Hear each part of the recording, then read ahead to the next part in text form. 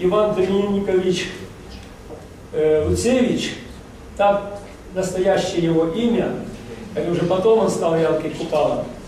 Значит, родился 25 июня, 7 июля, потому что старый стиль, новый стиль, 1882 года.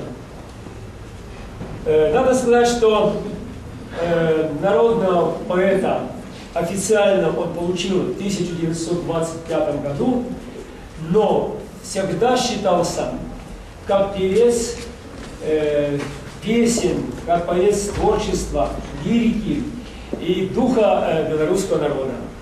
Нелегко его жизнь складывалась. До революции,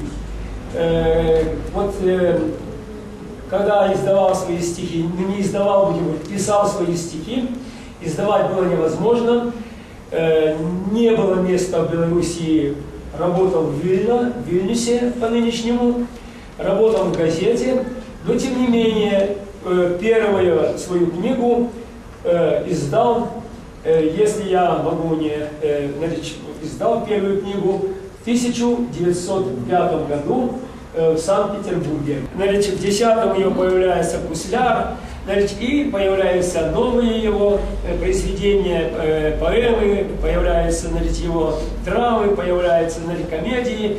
Он очень любит переводил не только Пушкина, Крылова и ряда других русских поэтов, которые очень, так сказать, легли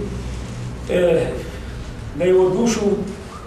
Ну и, конечно, он перевел на белорусский язык слово о полку Игореве, поэму Пушкина «Медный всадник», Шевченко переводил и очень, кстати, преклонялся перед поэзией Шевченко, воспевал там ему его Мицкевича, я уже говорю, Крылова и ряда других выдающихся ученых, писателей, поэтов, которые близки были по духу и творчеству. Янка Купала действительно, может, даже внес больший вклад, потому что является родоначальником, может, полностью современного белорусского языка. Он был непосредственно участник создания Белорусского государственного университета, был участником, или, может, активным участником создания Академии наук Белоруссии, Национального театра и много-много другого. Его творчество, его песни, его дух живет в новых поколениях и продолжает жить и дальше. И я еще раз благодарю, что мы сегодня нашли возможность собраться, еще раз отметить о его выдающихся способностях, которые дал белорусскому народу, песни, музыку и вообще самосознание новое. Ян Купала, основоположник белорусского литературного языка. Мы знаем, что белорусский язык был запрещен, на нем нельзя было печатать ничего, да? И Белоруссия находилась между Россией и Польшей в очень трудном положении. Поэтому мы знаем, что первые стихи Ян Купала написал и опубликовал на польском языке, в польском журнале «Диарно», потому что на белорусском не было возможности. Вот. И именно его работа Вилина в газете «Наша Нива» позволила ему публиковаться на белорусском языке. И уже до революции он очень много писал, очень продуктивно работал, особенно годы 1910-1913 были у него в творческой очень важными, мощными. И тогда и драматургия его началась с 1910 года. Но я думаю, что говорить о поэте, не читая его стихов, это, в общем, ничто, да? Я мужик белорус, панцаки косы, темен сам белый вуз, 5-2 волосы. Батькам голод мне был, годовали кормил, бедоматкой была, братца силу дала.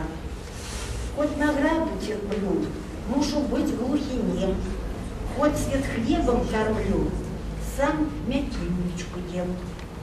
С тяжкой працы моей корыстаюць усе, только мне за яе нема дяку нідзе. Глянь, высокенький бор, боком нельга пробить. Загудел мой топор, як блин поле ляжить. Сошку с вышек стягнул, кобыличку щамил, плечи троки прыгнул, весь на пахоть забил. Так засеял кусок, потом жонкой пожал. Пан Пшенички тачок, любо глянуть на клав. Дых послюются яки, я мужик белорус, под лбом синяки, Тёмин сам делал вуз. Эх, как Тёмин не был, читать книжки умел, я б долю сдобыл, я б песенку пел, я б потрапил сказать, что и я человек, и что мне горовать надоело весь век. Как известно, первое стихотворение Янка Купала опубликовал на польском языке в журнале «Зерна» в 1903-1904 годах. Затем поэт начал писать стихи на белорусском языке. И поскольку у его стихотворений была такая патриотическая направленность, конечно, они стали пользоваться огромной популярностью в Советском Союзе. И, соответственно, возникла потребность в переводе его стихотворений на русский язык, а также на другие языки многонационального советского государства. В нашей республике также Янка Купала переведен на русский язык. В нашей выставке представлен журнал с переводом, журнал «Молот» с переводом стихотворений Янки Купала «Выходи» на русский язык. Отекин мене, летем троскужа, темен огине Белорусиос. Созмарно криком зивили, няджинки йосин, кутопад йосин, улонджур сес. Кичевенно, солонджур сес, ушто зихинли сос своє айселеш, ваньгинили. Ножкин сосыз, кимиос трос миллион, сайгатиз, джудиз, авалникалон, йормон кайку. Зибердыну лишь сукырмурт йослы, таберен уж маркулы сосхы, адениса. Конечно же, огромная часть творческого наследия Янки Купалы была переведена и на русский язык. Первым переводчиком Янки Купалы на русский язык был поэт Валерий Плюс. После его переводили еще многие известные советские поэты, такие как Твардовский, Хризаковский, Шефнер, Сурков, Городецкий и другие. Здорово, як живешь?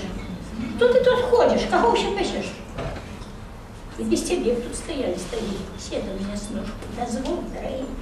Что ты, Ригорка, не дам, это сма, дратка, мне ж вести нема.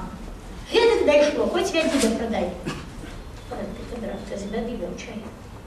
Ты по колбаску от люди ходил, и коровку свою прокормил. Дратка, горелки я дам. Что, не треба? Ковтни хоть 100 грам. Ну і самогонка, хай дихає, тепло зробилося, серце б'є, як чудовно. Дядюша Мороз, брат Кригорка, дарив цілий нос.